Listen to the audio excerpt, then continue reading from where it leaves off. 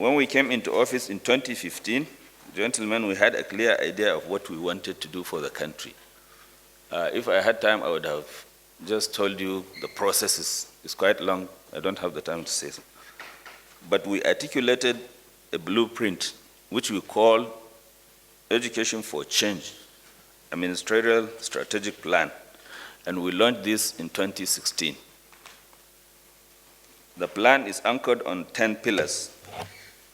At the end of the first 4 years of this administration, I gave a press briefing titled Our Stewardship in the Last 4 Years. I believe our press section has copies for journalists. In 2020, I gave my annual ministerial briefing, and copies are also here for you. Similarly, we had in 2021, and copies of that one are also here. So what we are doing today is just to update what we have been updating you regularly. And this will cover the last 8 months from today, 8 months backwards.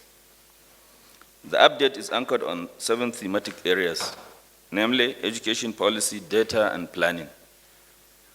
B, infrastructural development. C, service delivery. D, human capital development. E, access to quality education.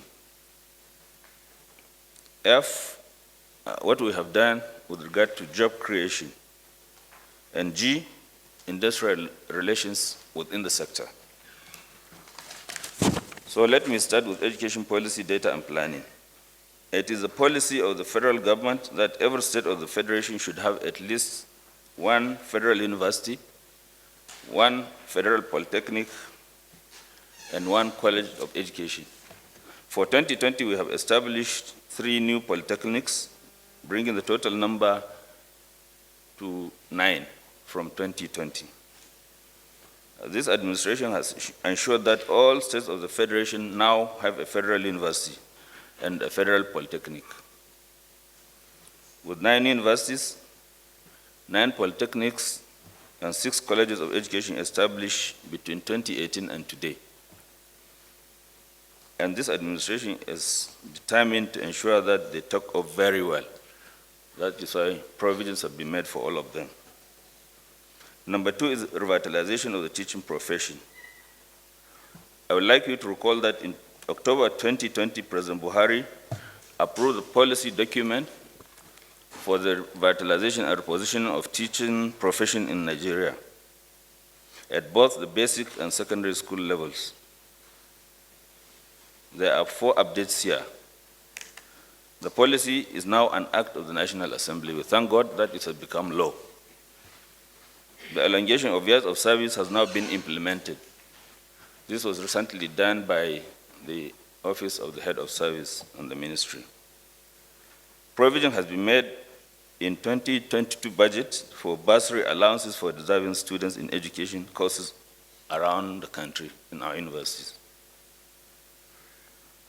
And then free education for 4 biological children of staff in our Unity colleges nationwide. Ladies and gentlemen, this is part of the packages that will make people take to teaching. This is part of the assistance government is giving teachers.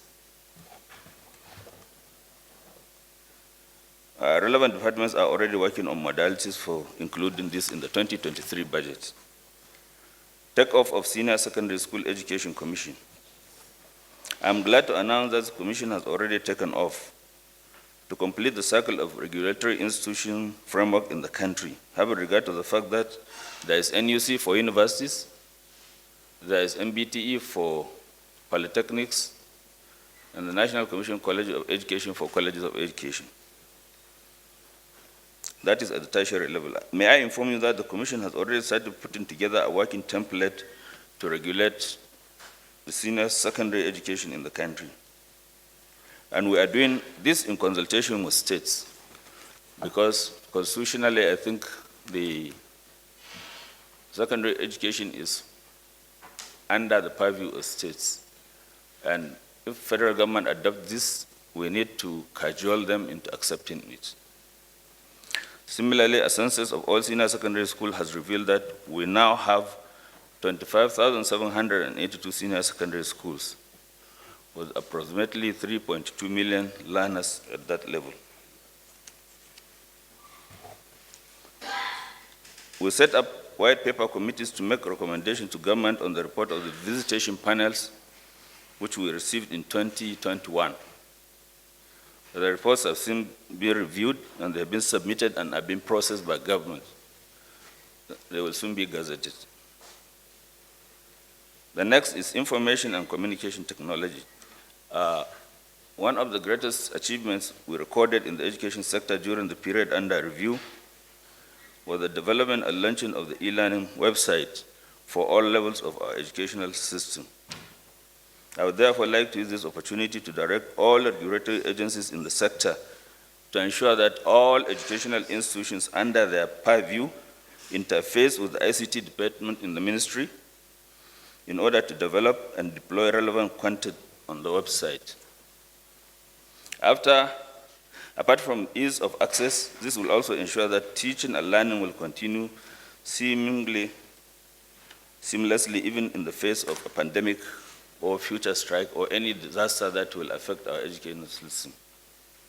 During the COVID-19 pandemic, disruption to learning was greatly reduced with the rollout of 3 e-learning packages. Number 1 is Inspire for learners. Number 2, Ignite for education. And number 3, Nigeria Learning Passport. Preliminary evidence from the release of this year's West African School Certificate Examination results indicated that performance was better last year, 2021, than 2022. Anything happening there? Perhaps this could be alluded to self-paced learning opportunities provided by digital learning. And we find this very interesting, that when students are made to adopt student-centered learning processes, they learn better. Because in 2022, they had their lectures, they had their teachers, they were in class. But the result is a little worse than in 2021 when they were at home and getting it either on television or on the internet. The websites for your information are inspire.education.gov.ng. And the other one is ignite.education.gov.ng, in case you want to see what is happening there. The next area is infrastructural development in our schools. This administration has invested in infrastructural development of the education sector more than any other administration in the history of this country. It is on record that Tertiary Education Trust Fund, that is state fund, has invested an estimated 2.5 trillion in tertiary education in the last 10 years. Even though this is an intervention, I just want you to note that it has exceeded even the 1.3 trillion that Asuu has been asking.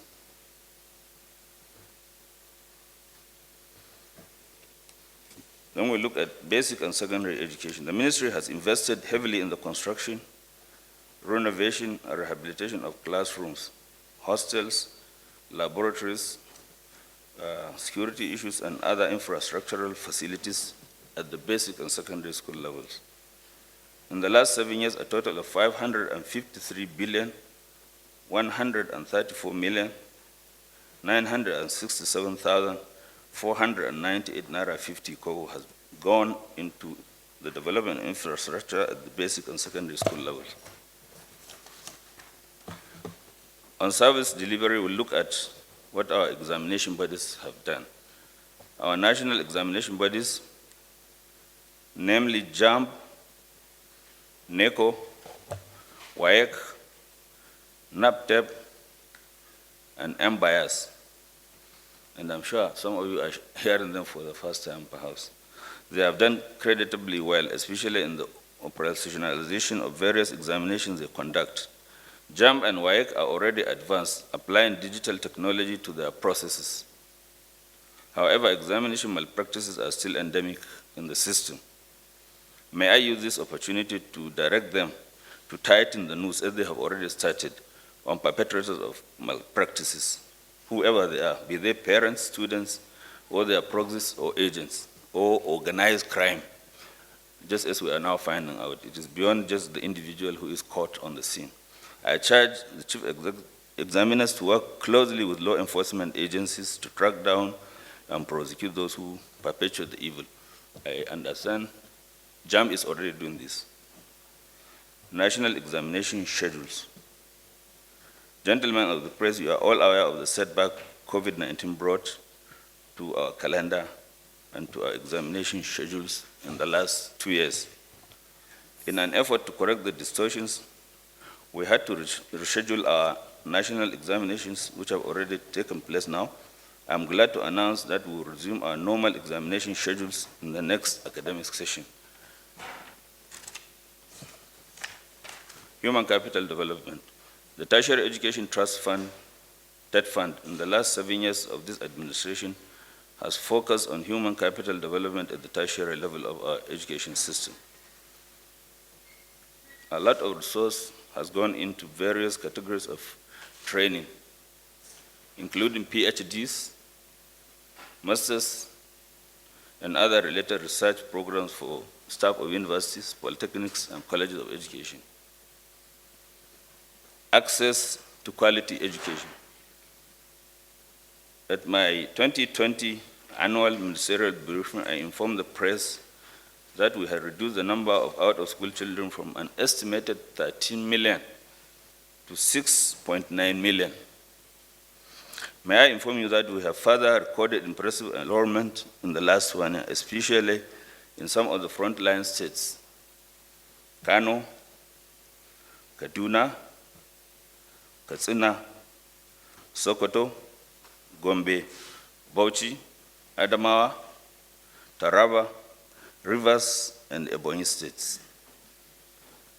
This achievement has been largely due to the activities of the Better Education Service Delivery for All, BESDA, and the cooperation of state governments. Our only setback was that occasioned by COVID-19 and the insecurity and increased birth rates among our other factors. However, insecurity in this case, while we are taking students off the streets into schools, insecurity is sending some others from school into the streets. However, we are working assiduously to further reduce the number to more manageable levels. Next is access to basic and secondary education. In order to expand and guarantee access to quality basic and secondary education, we have established additional 6 federal science and technical colleges across the 6 geopolitical zones in the country, bringing the number of unity colleges from 104 in 2015 to 110 now. And we have increased the total carrying capacity of our unity colleges within the period, that is from 2014, when it was 161,274, to date, when it is 177,274 now. The process of establishing 5 new federal science and technical colleges has already commenced. Then access to tertiary education. At the inception of the administration in 2015, Nigeria had 40 federal universities. The Buhari administration has established additional 9 universities, bringing the total number to 49. Similarly, we met a total of 39 state universities. Since then, we have licensed additional 16 universities, bringing the total number of state universities to 55. And the total number of public universities now stand at 104. Similarly, we have licensed a total of 50 private universities, and this is more than any other administration has done within the same period in the entire history of Nigeria. As of 2014, the country had 49 private universities. Now we have 111, more than that in the public sector. Together, therefore, Nigeria today has 215 universities. In spite of these laudable efforts in ensuring unfettered access to university education, the challenges posed by illegal universities, or degree mills as you call them, still persists. As I speak, the NUC has identified at least 70 illegal universities in the country. And I'm telling you that we are going to make sure that they stop operating. Some of them already have. Their full list, you will find them in the 2021 ministerial briefing that I gave. Polytechnics and allied institutions. As of 2014, Nigeria had 24 federal polytechnics. The Buhari administration has established 12, bringing the number to 36. In the same vein, we had 41 state polytechnics in 2014. 7 have been added, bringing the total number to 48. And we had 7 private polytechnics as at 2014. This administration has licensed 41 private polytechnics, bringing the number to 48. In terms of carrying capacity, federal polytechnics had 60,800 students in 2014. Today we have 63,700. And the current capacity of state polytechnics stood at 52,480 in 2014.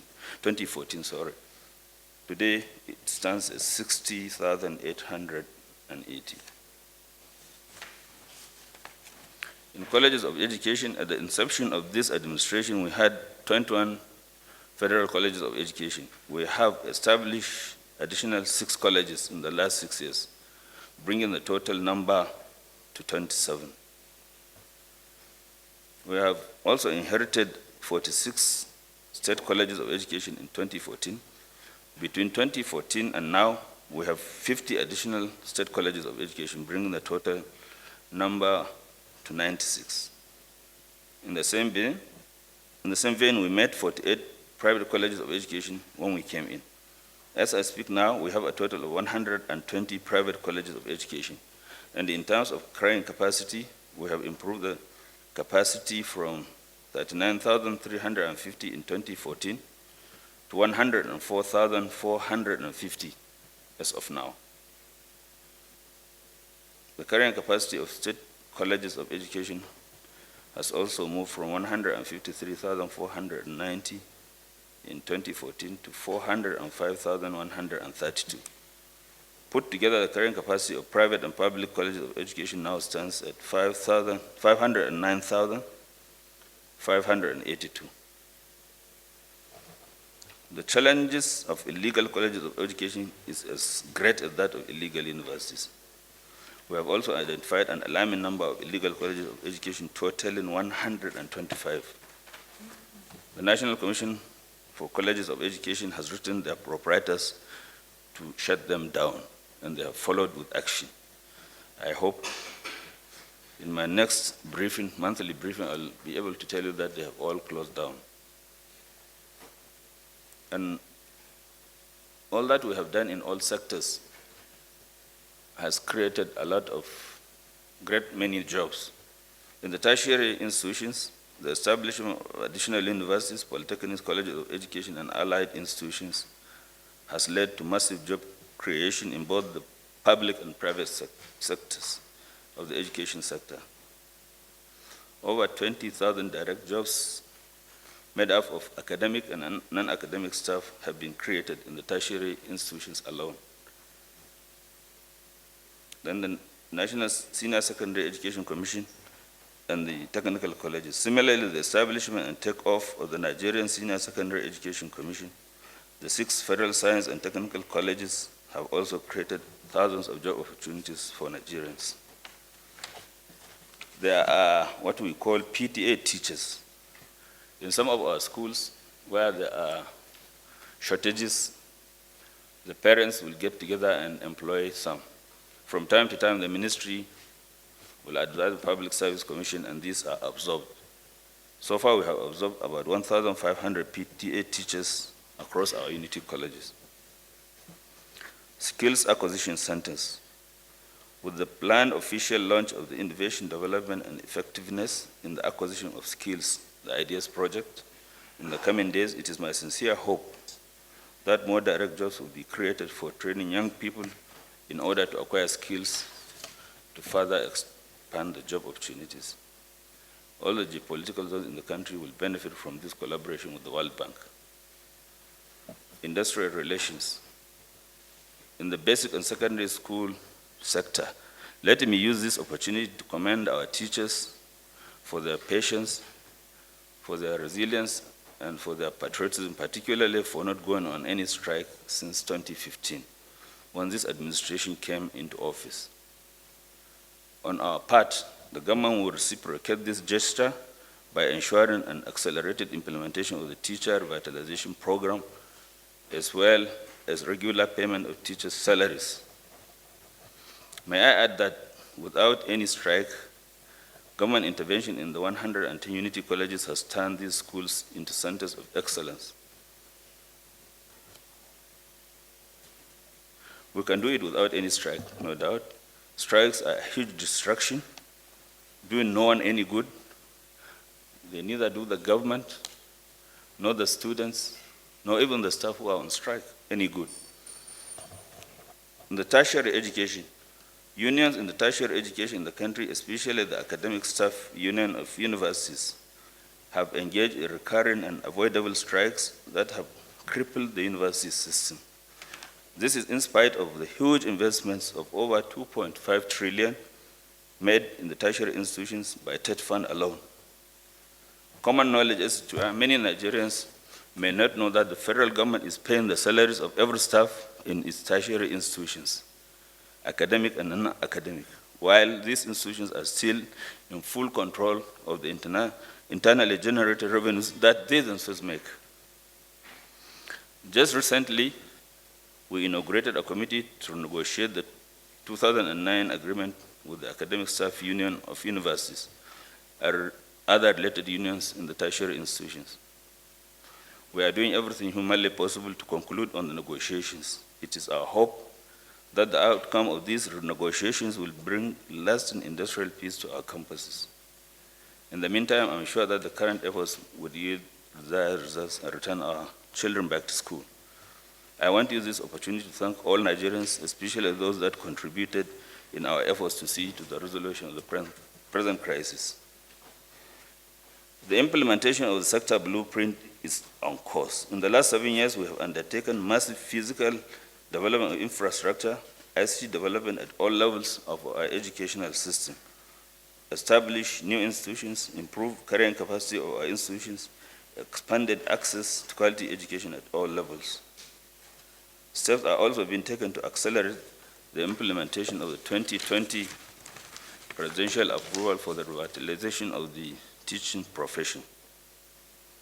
The government of President Muhammad Buhari has expended a total of 6,300,848,237 naira in capital and recurrent expenditure in the education sector in the last 7 years.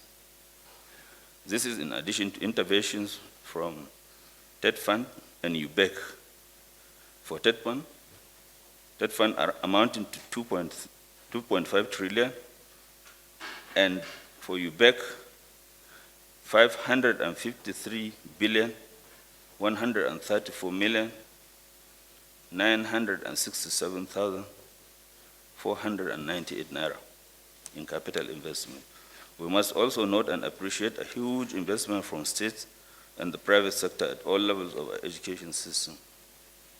We'll continue to improve on the implementation of the strategic plan all through 2023 for the overall development of education in Nigeria. We'll continue to create the necessary enabling environment to attract more private sector investment in education. By the grace of God, we are going to hand over a better education sector than what we inherited. Because you are also very comprehensive in your asking. I think Timothy asked about ISWAP and Boko Haram. And he asked me whether they are going to achieve their purpose. Well, I don't think I'm the right person to answer that. I'm Minister of Education, and ASWAP and Boko Haram represent ignorance. So probably if there is a way you can get to them, you can ask them.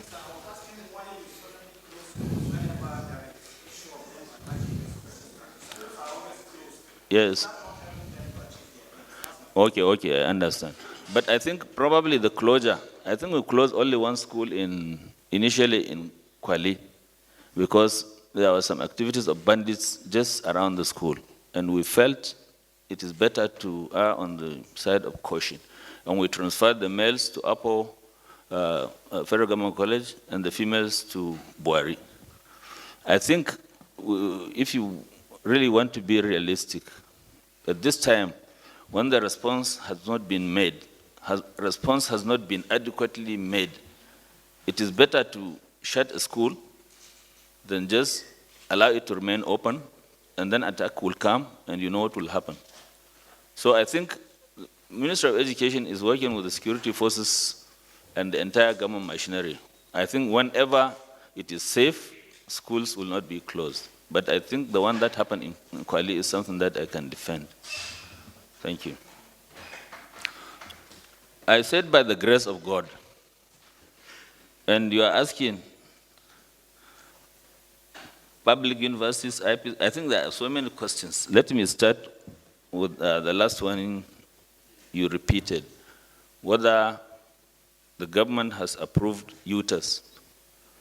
Government has not approved UTAS. What I know the last on this issue is a committee has worked and tested all the three platforms, IPPIS, UTAS, U3PS. And the preliminary result shows that these two new ones are better than IPs in so many respects. But the decision of government will depend on what ultimately is given in the report that is being readied now.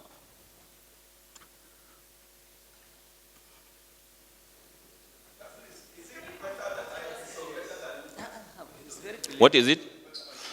Look, there are many parameters. The technical people, the IT people tested these three platforms. The only one I can remember is stress tests. There are many, many tests, and there are scores given.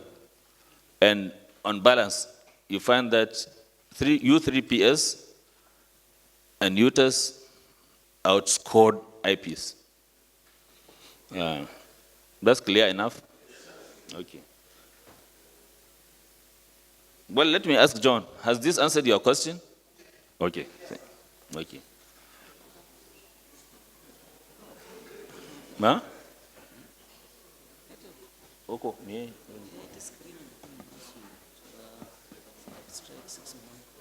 Okay, somebody here is saying, I have not answered your question, even though you are saying I have answered it. Okay. Sit down. Okay. Let me just make a general comment on what is going on. I know in your minds, probably everyone would like to ask a question about what is going on the negotiations. I have 6 unions I'm dealing with. Asuu, that is the Association Polytechnic. Then I have KOASU, Colleges of Education Academic Staff. Then I have NASU, I have SANU, I have NAT, then I have Asuu. Recently, we had a meeting with the president, and let me even go back to that meeting. During the meeting, that was when education demanded to start leading the negotiations. I don't want to tell you what led to education not doing so. And this was granted.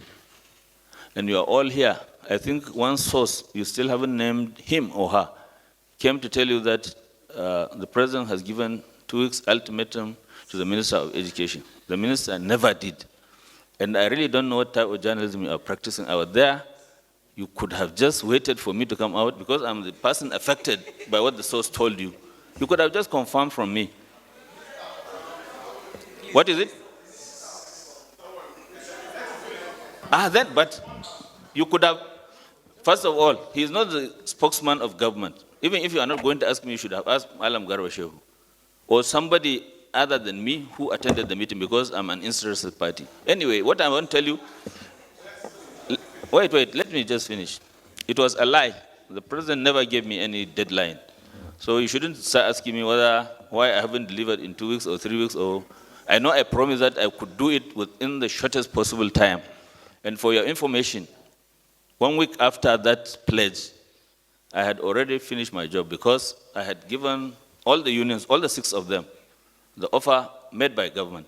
And I want to tell you, in principle, all of them accepted it. The only exception was Asuu that gave me 2 other conditions, which I told them there, this will not be acceptable to government. But I had to report back, and it was turned down. And I called the negotiation committee 2 days ago and told them this is the stand of my informal contact with Asuu. Please, they should go and continue the renegotiation. Let Asuu tell them their official position now. They met yesterday and day before yesterday. I think Asuu are consulting their principals, consulting the people on campuses whether to call it off. And let me seize the opportunity to commend Asuu. You know, Asuu were on strike. They called it. But at the time I was given this opportunity or responsibility they were threatening to go back on strike. So they were the first I called. Somebody was asking what I have done. I think in the entirety of my life, I have never worked around the clock like I have done since that assignment was given to me. So I called Asuu, and I made them withdraw the threat because they are not on strike already, and they agreed they withdrew it. The next I met were the College of Education Academic Staff Union. They were on strike already. I gave them the offer of government, and this is a final offer. There is no need negotiating. It's either you accept it or you say no. And they accepted it, but you know the mechanism of acceptance, it is not that they will just tell me, okay, the strike is called off. They have to go and tell their unions. And that is what is happening with NASU. I met NASU, I met SANU, and they have accepted, but they need time to go and tell their unions, and that is what they are doing. Yesterday night, I think I left the office around 9 o'clock. The last group I met was NAT, and it is the same. So I can tell you within the next 1 week, these 5 unions will call off the strike. But I cannot say the same for us because, and let me just tell you what they are asking is, they can accept this if the federal government will agree to pay the salary for the month they have not worked. And I told them the federal government will not.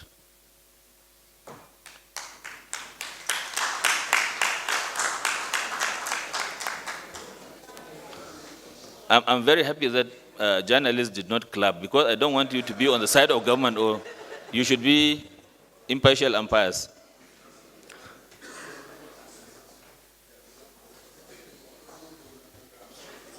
Out of school children, what I know is we have reduced and you have commended us. Thank you very much, Dr. Lee. Al-Majri schools, I think the conception of Al-Majri schools probably and how to run it were not properly done by the government we inherited. But I know now, right now, they are being incorporated into our schools. What did you say about FCT, Dr. Lee? Especially around the satellites. More Amanjuris have been noticed recently. You know, yes, you know, especially around the satellite time. I was just wondering whether this could not be, taken into those kind of schools. I think it is not a question for the federal government, for the Federal Ministry of Education. Ministry of Education has provided this, and as I told you, there are now about 6 million out of school, probably some of them who are trooping here.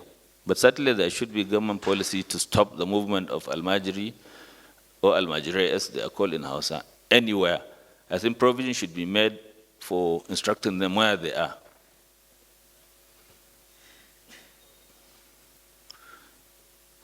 Mr. Yemi Adebayo, you asked about federal government colleges infrastructure. Actually, infrastructure in the entire country when Buhari came into power was either dilapidated or dilapidated. And I think we have spent the last 7 years trying to do the best that we can to arrest the situation. So probably the situation is so much Probably the universities, the schools you visited, the work that is being done, you have not seen, but this government has done more than any government. And I can give you the statistics if you ask for it, in rehabilitating our schools at all levels. So, ladies and gentlemen, I thank you very much. Madam, what are you asking? Hold on. Yes. I thought you had only asked 3 questions, so I must have missed one. I know one from Channel, and one Miss Juliana, and then one Umar Ali. Who did I miss out? Adesoye? Adeswa. Okay, I'm sorry, please, can you repeat your question? 6.9 million. Oh, okay. Okay.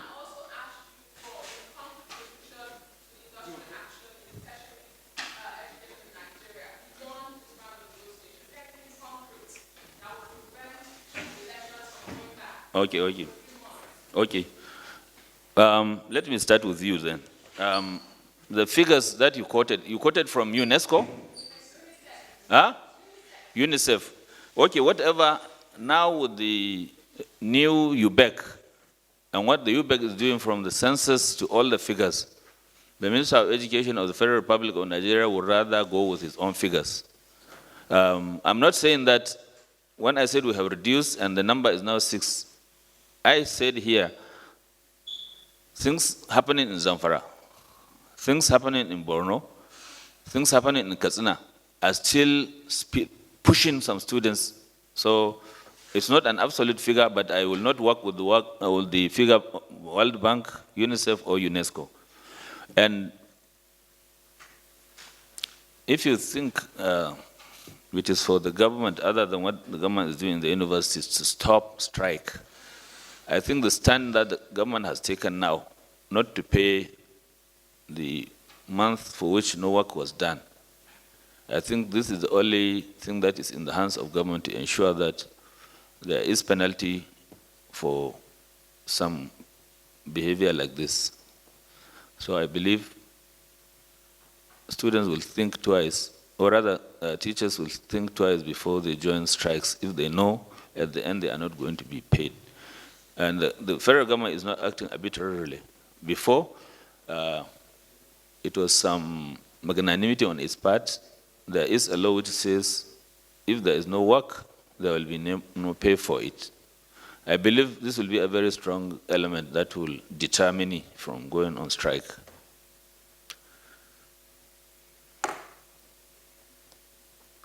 The questioner from Channel asked whether it is now safe to resume. Is that what you're asking? Secondary schools, federal government secondary school, or secondary schools in states?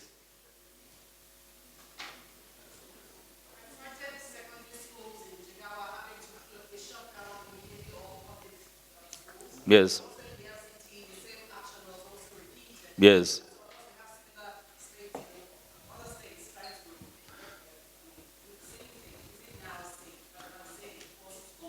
Yes.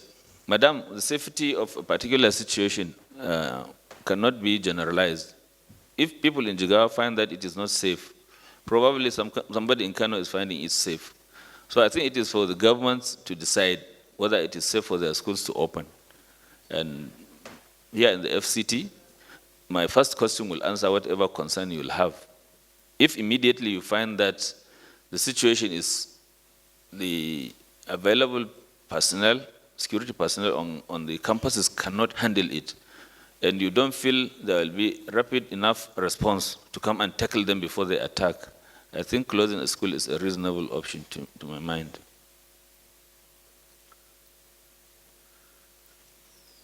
Juliana said students are the most hit. I think we are all hit by this. Perhaps because they have to spend an extra year or extra 2 years, you could say they are worse hit, but it's a national problem. And I think if you had a chance or the capacity to measure the effect of that on the economy, you'll find that economy is also a victim.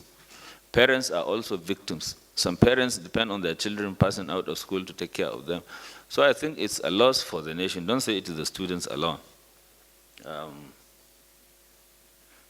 And as far as I know, JAMB will administer examinations.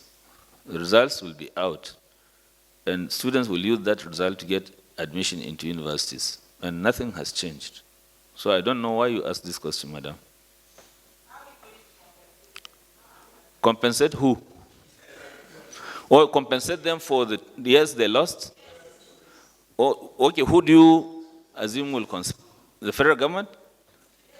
No, probably you should take the leaders of striking unions to court to pay them, yes. Probably the court will award damages, and then we'll see how they pay. Madam. I think I have, then nomadic education. Let me tell you the problem we have in nomadic education is like the problem I had when I came with my journalistic exuberance into government. And I believed, let's say, an emergency will be declared. I know I said it here, but on reflection not by me, but by government, we found that declaring the emergency is more of a matter for states. And so my effort was directed at states. When I presented my memo to council, I was asked, go and present it to National Economic Council. And I presented the paper 3 times, trying to convince state governments to see the wisdom in declaring emergency, at least in the primary schools. And then that will strengthen the hand of government, even if by way of intervention, to help the states to rescue primary school. Because whatever, as Minister of Education, I'm able to do here, will amount to nothing if the foundation of the education system is already rotten. The way our primary schools are, and I would like to say this about governors, especially in the northern states, it is as if they are looking for power to destroy education at the primary school level. Except for few. I don't think there is any governor who has any good story to say about primary education. And nomadic education, the federal government is only making intervention. So unless we have full cooperation from the states, I think achieving the objectives of nomadic education will take a long time to come. I hope states will change their attitude. Thank you. It's more than enough. Or the online questions? Online. Just 2. Again, the colleges of education question. You asked about colleges of education.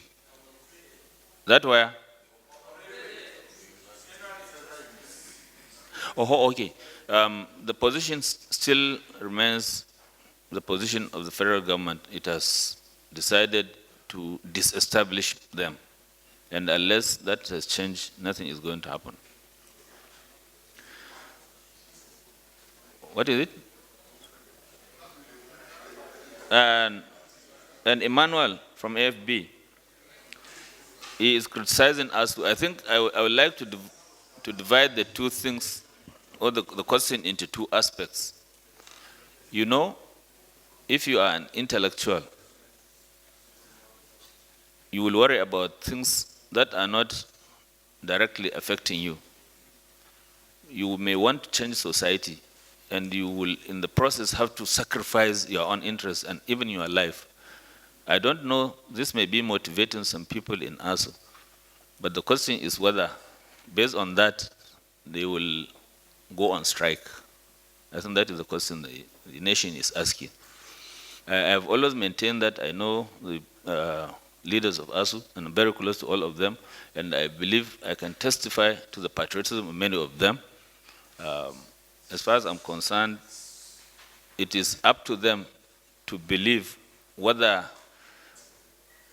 the issue of revitalization is something that should take them to strike, because it will have repercussions on them. But also, I think the other question that you ask, we should moderate how we look at this, is schools should certainly be revitalized. So whoever is not revitalizing schools is probably leaving out something. So I think it's a question that it is a personal thing. What do you think? And your question on sabbatical, IPS is not able to accommodate sabbatical. I don't believe that there is anything that a software cannot be made to accommodate. But the answer I gave you, the government has set up a committee. The committee has tested them. So without preempting the government, I think I can tell you that the next platform will probably be a combination of the both, or the best aspect of all these three. And then probably it will be able, because the one they made, I'm sure, must have been made in such a way that it will accommodate their concern. One of their concerns, of course, is peculiar things to the campuses, and one of them is sabbatical leave. I do believe it depends on the expertise of the computer programmer or scientist or software developer to accommodate whatever. I do believe you can accommodate whatever you want to accommodate. Even if it will recognize sabbatical as double salary, I think you can name it something, salary plus or something. Hmm? Yeah. Okay.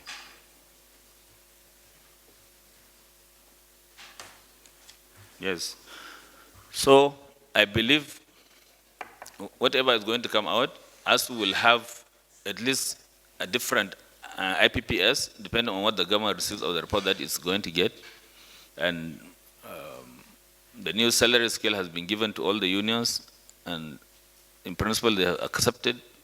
But as they told me, their processes, they need to consult their principals, that is their campuses.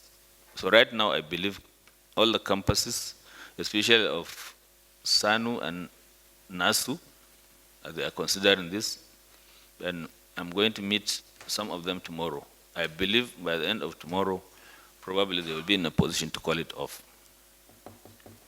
But as I told you, Asuu is resisting because of their demand that the salary should be paid. But even them, they are meeting the renegotiation committee, the so-called BRICS committee, I think tomorrow.